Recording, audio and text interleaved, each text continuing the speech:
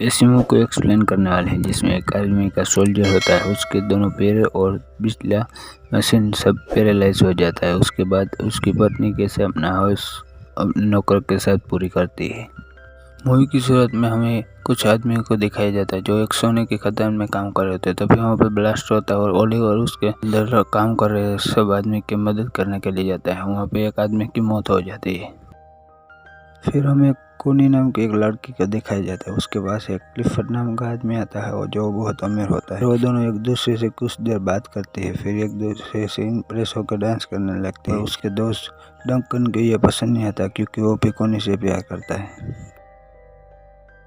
इन दोनों की मुलाकात प्यार में बदल जाती है और ये दोनों शादी कर लेते हैं और दोनों एक दूसरे की कसम खाते हैं एक दूसरे से वफादार रहेंगे। फिर दूसरे दिन ही क्लिफर्ड को जंग में जाना पड़ता है क्योंकि वो एक सोल्जर था। जंग में उस पर हमला होता है, उसके कारण से क्लिफर्ड का नीचे का सब कुछ पैरालाइज हो जाता है। फिर क्लिफर्ड को जंग से बाहर कर दिया जाता है और उसे घर भेज दिया जाता है। सब लोग उसका वेलकम करने के लिए बाहर खड़े होते हैं और कोनी बहुत खुश होती है। फिर क्लिफर्ड अपनी हालत से लाचार था, इसलिए सब लोगों का थैंक यू कहते हुए घर में आ जाता है। कोनी क्लिफर्ड को देख के खुश तो होती है पर अंदर ही अंदर बहुत दुखी होती है। उन दोनों की जिंदगी में एक ऐसा भी मोड़ आएगा उन दोनों ने कभी सोचा नहीं था। इसके बाद क्लिफर्ड अपनी जान देने की भी कोशिश करता है पर उसे कोनी रोक लेती है और विश्वास दिलाती है कि मैं तो जिंदगी भर तुम्हारे साथ रहूंगी। दूसरी तरफ हमें ओलिवर को दिखाया जाता है जो इस बार जंग में होता है। वो अपने मंगेतर को लेटर लिखता है और कुछ दिनों के बाद अपने घर जाता है। वहाँ पे देखता है उसके मंगेतर किसी और आदमी के साथ है। फिर वो अपने मंगेतर को बिना मिले ही वहाँ से चला जाता है।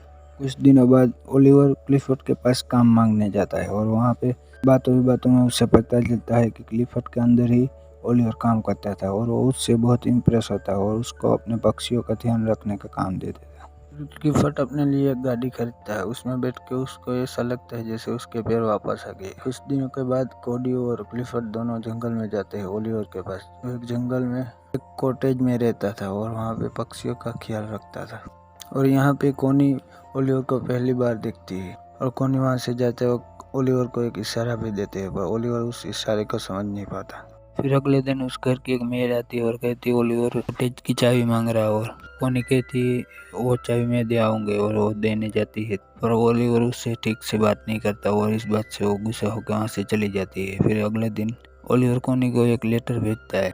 लेटर में कहता है मैं अपने बुरे बर्ताव के लिए माफ़ी चाहता हूँ। फिर कोनी उसको मिलने के लिए कॉटेज पे जाती है। वहाँ पे ओलिवर काम कर रहा होता है, उसने शर्ट नहीं पहनी होती और ये देख के कोनी के तन बदन में आग लग जाती है।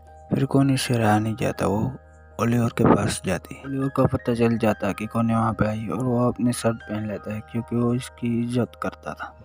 और कोनी बोलती है मुझे ये जगह बहुत अच्छी लगती है और मैं यहाँ पे पेंटिंग करने आऊँगा। ओलिवर कहता है ठीक है मैं अपना ये कॉटेज खाली कर दूँगा। फिर कोनी कहती है तुम मुझसे भाग क्यों रही हो, तुम्हें किधर भी जाने की जरूरत नहीं और यहाँ और कोनी यहाँ पे ओलिवर पे गुस्सा हो जाती है। फिर वहाँ से जाने लगती है पर तभी बारिश हो जाती है, इसलिए ओलिवर के साथ उसके कॉटेज में चली जाती है और वहाँ पे दोनों आग जला के एक दूसरे को गर्म करने लगते हैं और तभी ओलिवर वहाँ पे खड़ा हो जाता है। तभी कोनी कहती है तुम मुझसे भाग क्यों रहे हो। ओलिवर कहता है मैं तुमसे भाग नहीं रहा हूँ लेकिन मैं डर रहा हूँ, क्लिफर्ड को पता चल गया तो मेरी नौकरी चली जाएगी। और कोनी वहाँ से जाने लगती है क्योंकि ओलिवर ने गर्म करके ठंडा छोड़ दिया। और अगले दिन कोनी क्लिफर्ड से बात करती है और कहती है काश हमारा भी कोई बच्चा होता। और इस पे क्लिफर्ड बोलता है मैं कोशिश कर रहा हूँ और वो अपने छोटे शैतान को बहुत झटके भी दे रहा होता है और क्लिफर्ड बहुत ही दर्द से चिल्ला भी रहा था।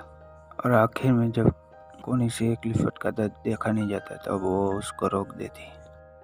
अगले दिन कोनी जंगल में जाती है और एक बुक पढ़ने लगती है। तभी वहाँ पे वो ओलिवर को देखती है और वहाँ पे चली जाती है। वहाँ पे चिड़ियों के बच्चों को देख के रोने लगती है क्योंकि उसको अपने बच्चों की याद आती है। और ओलिवर कोनी के पास आता है और उसे करता है, फिर उसको अपने कॉटेज में लेके जाता है और वहाँ पे वो दोनों कोनी उस दिन ओलिवर के साथ ही रहती है। फिर शाम होने लगती है तब ओलिवर उसको घर छोड़ने जाता है। फिर कोनी पूछती है तुमने जो किया उसका तुम्हें कोई अफसोस है। ओलिवर कहता है नहीं और ओलिवर कहता है क्योंकि मैं तुमसे प्यार करता हूँ। फिर उस रात बहुत ही आंधी और तूफान आता है। ओलिवर कोनी को याद करके बहुत सारी दारू पी लेता है और कोनी भी नींद से उठ जाती है। उसको भी ओलिवर की याद सोने नहीं देती। फिर वो ओलिवर के घर की लाइट जली हुई देख के वहाँ पे दौड़ी चली जाती है पर उसको जाते वक्त उसकी एक मेड देख लेती है। और वहाँ पे ओलिवर कहता है कोनी को कि मुझे नहीं लगा था तुम मुझे मिलने आ गए। उस पर कोनी कहती है मैं तुम्हें कभी भी अकेला नहीं छोड़ूंगा, और वापस से वो दोनों एक दिन क्लिफर्ड के घर पे एक पार्टी होती है जहाँ पे डक्कन भी आया होता है, और क्लिफर्ड देखता है कि डक्कन और कोनी एक साथ डांस करे और उसे ये देख के अच्छा नहीं लगता। अगले दिन क्लिफर्ड कोनी को बोलता है तुम्हें इस पे पेपर पे साइन करना और तुम्हें बताना है कि तुम्हारे पति साइन पर तुम्हारी और कुछ भी नहीं। क्लिफर्ड को लगता था वो हमेशा एक बच्चा चाहती है, इसीलिए वो डक्कन के करीब जा रही है और यहाँ पे कोनी उससे गुस्सा होकर वहाँ से चली जाती है। फिर गुस्से में कहता है मुझे कोई फर्क नहीं पड़ता तुम किसी से भी बच्चा पैदा करो, बस वो बच्चा मेरा होना चाहिए। और कोनी यहाँ से नाराज होकर फिर से ओलिवर के पास चली जाती है और फिर से वो दोनों करते हैं फिर जब कोनी को पता चलता है वो प्रेग्नेंट है तब वो क्लिफर्ड को बताने जाती है और ये सुन के क्लिफर्ड बहुत खुश होता है और उस आदमी का नाम पूछता है पर कोनी उसका नाम नहीं बताती। फिर अगले दिन क्लिफर्ड ओलिवर को मिलने जाता है और कोनी को भी साथ में लेके जाता है। तभी रास्ते में ओलिवर आता है और ओलिवर कोनी को किस करने लगता है। तभी क्लिफर्ड आवाज लगाता है क्योंकि उसकी गाड़ी कीचड़ में फंस गई होती है।